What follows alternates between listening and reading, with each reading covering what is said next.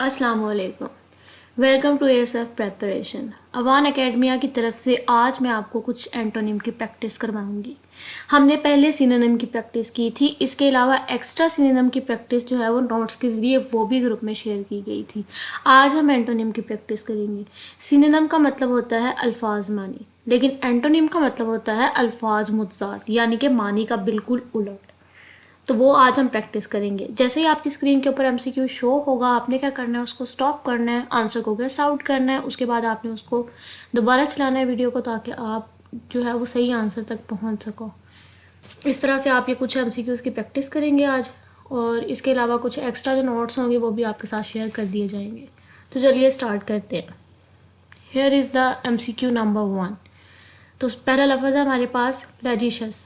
क्या मतलब होगा इसका? तो इसमें पहले हम ऑप्शन के मतलब देख लेते हैं, फिर हमने इसका उल्ट मतलब निकालना है।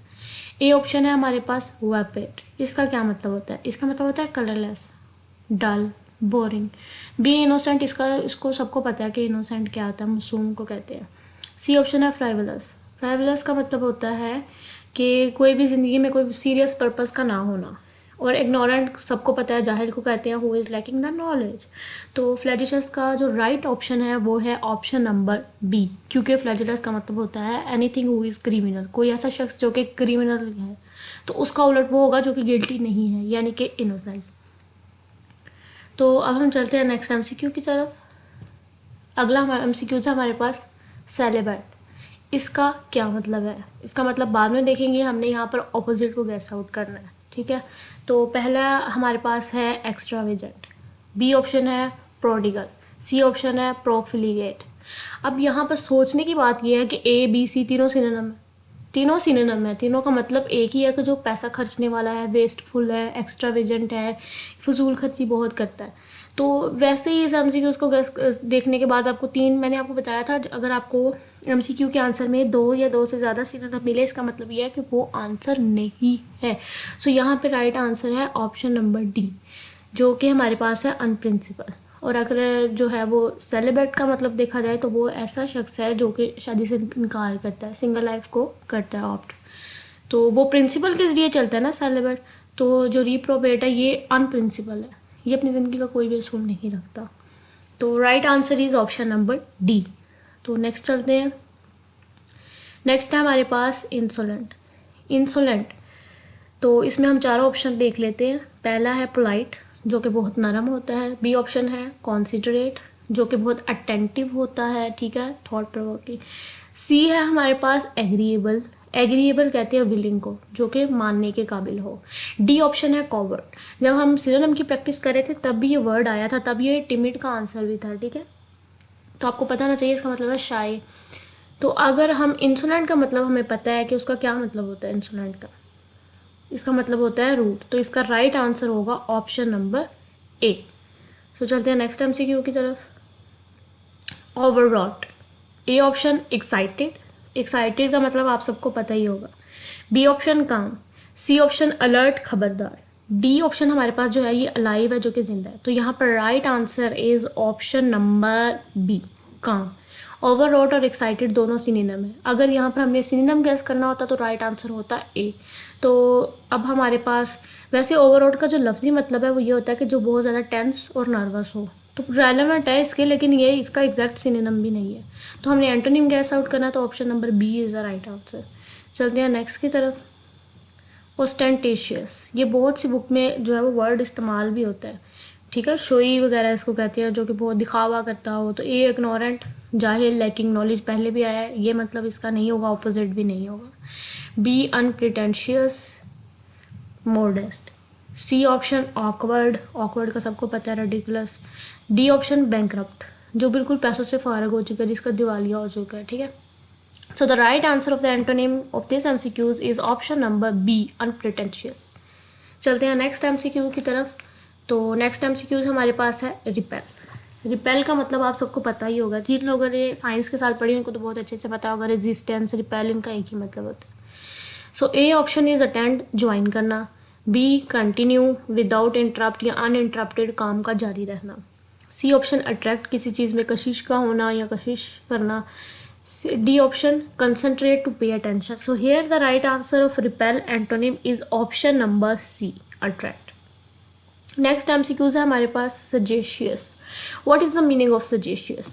It is meaning is wise, जो कि अक्लमंद होता है. तो अब हमने इनमें से चारों ऑप्शन में देखना है कि जो अक्लमंद का उलट है वो क्या है. फुलिश, जो कि अकल नहीं रखता. B फॉल्स, फॉल्स जो कि गलत है. C ऑप्शन है कैजुअल, कैजुअल मतलब कि अनकंसर्नड है, जैसे कि हम घरों में अक्सर आम कपड़े पहने होते हैं तो वो कैजुअल क्लॉथिंग होती है. D is the cunning, cunning मतलब चलाक, चलाक से ज़्यादा बेहतर है आर्टफुल कर ले, कि जो बहुत शातिर है अपने काम के अंदर. So the right answer for सजेशियस is option number A, foolish. Okay, अब हम चलते हैं नेक्स्ट MCQ की तरफ. इट्स रिवॉर्ड, सिला. ठीक है, तो हम इसमें देख लेते हैं. अभी आप साथ साथ ऐसे भी करें ना, वीडियो पॉज करके पहले खुद गैस आउट करें, उसके बाद आप जो है वो इसके एक्सप्लेनेशन की तरफ आए, राइट आंसर को जानने की तरफ आए. A option is penalty.